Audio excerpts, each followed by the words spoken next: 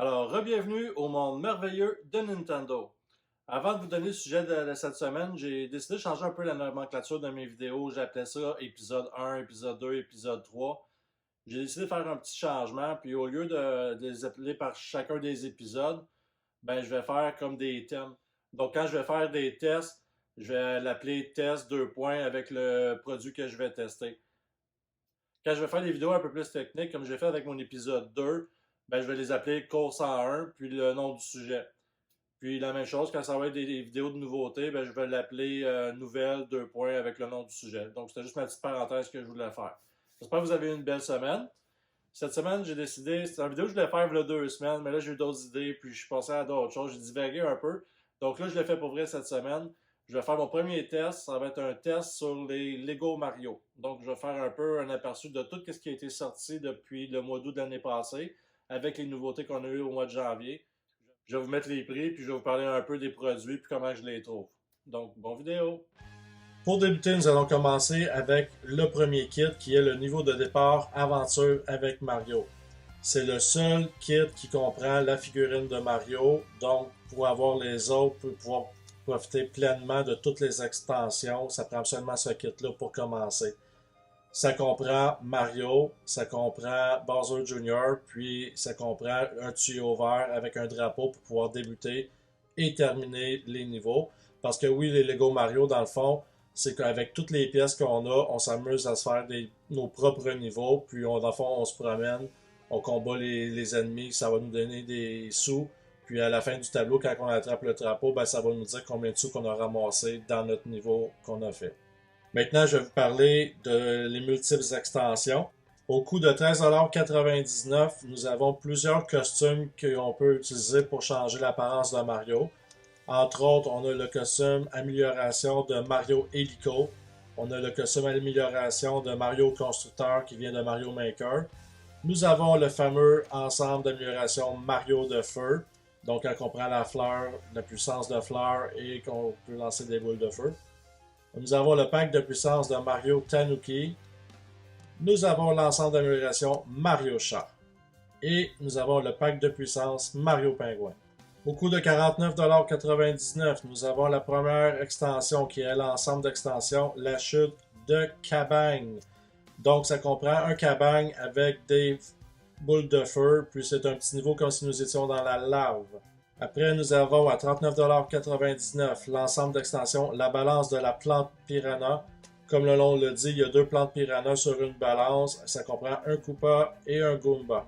Après, nous avons l'ensemble d'extensions, les mésaventures de Baboom dans la lave. Donc, un petit tableau de lave avec Baboom et un autre boule de feu. À 39,99 $, nous avons l'ensemble d'extensions, la maison de Mario et de Yoshi. Dans le fond, c'est la petite maison jaune et rouge de Mario. Il y a Yoshi dedans aussi avec un Goomba. Pour 24,99 $, ensuite, nous avons l'ensemble d'extensions Poké du désert qui comprend un Poké et un mole. Il y a un petit marteau, puis il faut tourner le marteau pour cogner les différentes parties du Poké. À 69,99 $, nous avons l'ensemble d'extensions La Forteresse Gardée qui comprend un Koopa, une grande forteresse avec une grosse plante piranha. Ensuite, au coût de 39,99 $, nous retrouvons l'ensemble d'extensions L'attaque de Bill Baraquet, qui comprend deux Bill Baraquet sur un petit tourniquet qui tourne sur eux-mêmes, avec un Shy Guy, et on a aussi une maison champignon. Dans le fond, quand Mario saute dessus, ça va lui donner un power-up. Après, nous avons l'ensemble d'extensions La chasse au trésor de Todd, qui comprend un Todd, une Toadette et aussi trois petites maisons de Todd. Donc, c'est comme un petit village de Todd. Ensuite, une nouveauté de cette année, on a le set de créateur Invente ton aventure, qui comprend Larry Koopa, un des Koopa Link de Super Mario Bros 3. Puis dans le fond, ça comporte aussi des petites pièces. C'est pas vraiment un niveau extension, c'est vraiment des pièces mélangées qui permettent de pouvoir augmenter ses propres niveaux, avoir un peu plus de liberté. Ça s'ajoute bien au kit de base de Mario aussi, là. Au coût de 69,99 $, nous avons l'ensemble d'extensions de Roi Boo et la Cour hantée. C'est quand même un des plus gros modules qu'ils ont fait. Ça comprend le King Boo, puis il y a comme deux petites manivelles de chaque côté avec des chauves-souris. Donc Mario, en sautant sur les chauves-souris, fait tourner la manivelle qui va faire tomber le King Boo en bas de sa cour hantée. Une nouveauté de cette année aussi, nous avons l'ensemble d'extensions, le défi de la plante piranha au coût de 39,99 $, qui comprend un spiky et deux plantes piranha. C'est comme un tableau dans le style de poison. Après, on a un autre tableau style poison qui est aussi une nouveauté de cette année, c'est l'ensemble d'extensions de la rencontre de Chomp dans la jungle. Ensuite, toujours dans les poisons, une nouveauté de cette année, donc on voit vraiment que les nouveautés de cette année, c'était beaucoup dans les poisons aussi. C'est l'ensemble d'extensions Le Marin empoisonné de Wiggler au coût de 49,99 $, qui comprend un gros Wiggler, un Goomba et un Paracupa. La plus grosse pièce qu'ils ont fait jusqu'ici, c'est l'ensemble d'extensions La bataille du château de Bowser au coût de 139,99 $. Je dois vous faire une confidence que ça a été mon gros cadeau de Noël cette année. Puis je l'adore, ça m'a pris 2 heures le monter, qui comprend un gigantesque Bowser dans son château, qui comprend aussi un petit bout et une flamme. Ensuite, nous avons la série 1 qui est l'ensemble des personnages au coût de 4,99 $. Ça comprend le Paragoomba, le Ébouriff, le Eris, le Blindule, Bilbal, un Bobomb, Aquazo Reverso, un Bloops, un Oursino et un Patraque. Et pour la série 2, au coût de 4,99 $ aussi, qui est sorti au mois de janvier cette année, nous avons un Pinami, un Chippy Kick, un Ninja, un Whoosh, un Goomba Parachute, un Parabrute Insect, un Champignon Poison, un Twim, un Equilamascas et un Goombos. Maintenant, une pièce de collection, c'est au coût de 299,99 $. C'est une réplique de la Nintendo Entertainment System, donc la première NES qui était sortie en 1985, avec une télé, une cassette et une manette. C'est tout fait en Lego. Personnellement, je ne l'ai pas. J'ai vu sur des vidéos des gens ont dit que ça prend à peu près 5 à 6 heures à tout monter. C'est vraiment une belle réplique là, avec la grandeur de la manette, la grandeur de la cassette. Sur la télévision, il y a une petite manivelle que l'on tourne, puis c'est comme un des premiers tableaux de Mario Bros 1. Donc, quand on tourne la manivelle, on voit le tableau qui défile dans la télévision. C'est vraiment une pièce de collection. Je dis pas que je l'aurai pas un jour. Puis quand on met le Mario Lego sous le dessus de la télé aussi, ça fait des trucs. Les points positifs, ben c'est des Lego. On retombe en enfance pour les plus vieux, puis pour les plus jeunes, ben c'est toujours amusant les Lego, que ce soit Mario ou n'importe quelle autre sorte de Lego. Donc c'est facile d'utilisation. C'est des heures et des heures de plaisir. Ce qui est bien, comme je mentionnais, c'est que Mario vraiment il se promène dans tous les tableaux.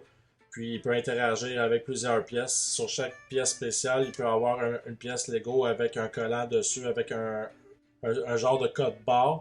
Puis Mario, en dessous du Mario, il y a un lecteur. Donc quand Mario embarque par-dessus, il va lire le code barre. Donc ça va provoquer une action. Dépendamment de si on saute sur un ennemi, ça va donner des sous. Ou si on marche sur du feu, ben on va entendre Mario qui se brûle. Ou que si on a un item spécial, par exemple on a une étoile ou on prend du temps, ben ça va tout interagir et ça va pouvoir nous permettre de continuer notre niveau. Évidemment, on n'est pas obligé de commencer le niveau puis le terminer. On peut juste jouer aussi avec les Lego puis de se promener puis faire nos propres niveaux. Mais je sais qu'il y a des gens qui s'amusent à se faire des niveaux, puis là, ben, ils se promènent, puis il faut qu'ils essaient de battre toujours leur temps. Donc, ça peut être une alternative, ça aussi. Deuxième point positif, ben, c'est bien fait, là. Au début, le premier vidéo, quand ils l'ont annoncé, je regardais, je disais, oh, j'étais pas tant sûr. Mais l'avoir dans ses mains, puis vraiment pouvoir l'essayer, puis jouer avec, je vous dis, c'est vraiment bien fait, là. C'est de la qualité. Les personnages se ressemblent beaucoup. C'est l'univers Mario avec l'univers Lego, donc c'est génial. Troisième qualité, eh bien, il y a comme je l'ai déjà mentionné, il y a beaucoup d'interactions avec les tuiles, mais aussi avec les niveaux. Comme par exemple, le niveau de Poké du désert, ben, on a un marteau, puis on embarque Mario sur un bidule qui tient le marteau, puis en tournant le Mario, ça fait tourner le marteau. Puis on cogne les parties du Wiggly, puis dans le fond, on fait ça 4 fois. Puis on a accès à la pièce spéciale que là, après, on peut prendre Mario, sauter dessus plusieurs fois, puis on ramasse des sous avec ça. Donc, ça, c'est un des exemples. Dans la course de la maison hantée, on peut sauter sur des branches d'arbres pour faire tasser la branche, puis là, on trouve un autre tuile qui peut donner d'autres trucs. Point négatif, ben c'est sûr, c'est Lego, c'est Mario, donc le prix vient avec. Donc, je suis honnête avec vous, c'est pas donné. Surtout, on parle à peu près entre 50 et 80 dollars pour la majorité des expansions et les plus grosses au-dessus de 100 dollars. Donc, c'est un pensez-y. Aussi, moi, c'est une expérience personnelle. Mon garçon a 4 ans. Donc, la première fois, on a tout monté les Lego. Il m'a aidé. Puis après ça, ben, on a joué un peu. Puis là, après ça, je l'ai laissé jouer. Mais ça n'a pas été long que tous les Lego qu'on venait de monter, ça a pris 3 4 heures à monter.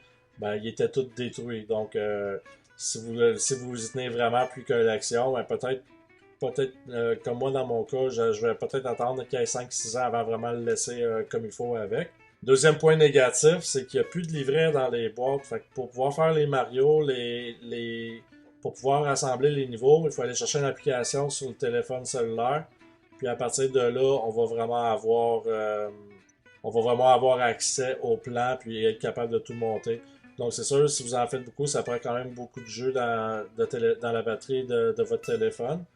Donc, c'est un petit inconvénient. Mais je préfère un mini point positif par rapport à ça parce que c'est quand même bien fait l'application. Parce que dans l'application, quand on rajoute un niveau, une extension, on a comme une grosse carte du monde, puis là, ça les rajoute un à côté des autres. Fait qu'on peut vraiment voir notre monde à nous de Lego Mario, de la façon qu'on l'a bâti. Puis tout se rajoute dessus. Fait que ça, c'est bien. Aussi dans l'application, il y a un petit onglet que le monde il va lancer des challenges. Fait que Lego vont souvent sortir des challenges. Puis il va dire, bon, ben, montez, voici tel niveau que telle personne. Puis là, ben, on peut se promener dans ces challenges-là. On peut regarder les niveaux que d'autres gens ont fait aussi si on veut essayer de faire des répliques. Fait que ce côté-là, c'est bien fait. Mais j'aurais quand même aimé avoir, vous vous avez dit peut-être que j'étais un peu nostalgique, parce que je suis encore la génération, quand j'achète des jeux, ben, je les achète physiques, parce que j'aime ça avoir mes cases de jeux, les boîtiers. Puis j'ai de la peine quand il n'y a pas de livre aussi, malgré qu'il n'y en a plus vraiment beaucoup. Mais j'aurais aimé ça avoir les petits livrets d'instructions aussi pour pouvoir monter les Lego avec les boîtes originales. Est-ce que je le recommande? C'est sûr. Oui, je le recommande. Peut-être à partir, je vous dirais, peut-être des enfants 6 ans en montant, je vous dirais, là. Ça serait un bon âge pour pouvoir jouer avec ça. Donc oui, c'est un produit que je recommande à 100%. Ce qui est bien, c'est qu'au moment d'enregistrer cette vidéo aussi, ça vient juste d'être annoncé cette semaine, c'est que Sega ont décidé eux aussi de sortir les versions Lego, mais de Sonic. Donc je sais, c'est pas de Nintendo, mais Sonic se retrouve sur les consoles de Nintendo, donc je crois que je peux faire un petit clin d'œil là-dessus. Donc nous allons avoir aussi les Lego de Sonic éventuellement. J'espère que vous avez aimé mon vidéo, donc je vous souhaite à la semaine prochaine. Bonne journée!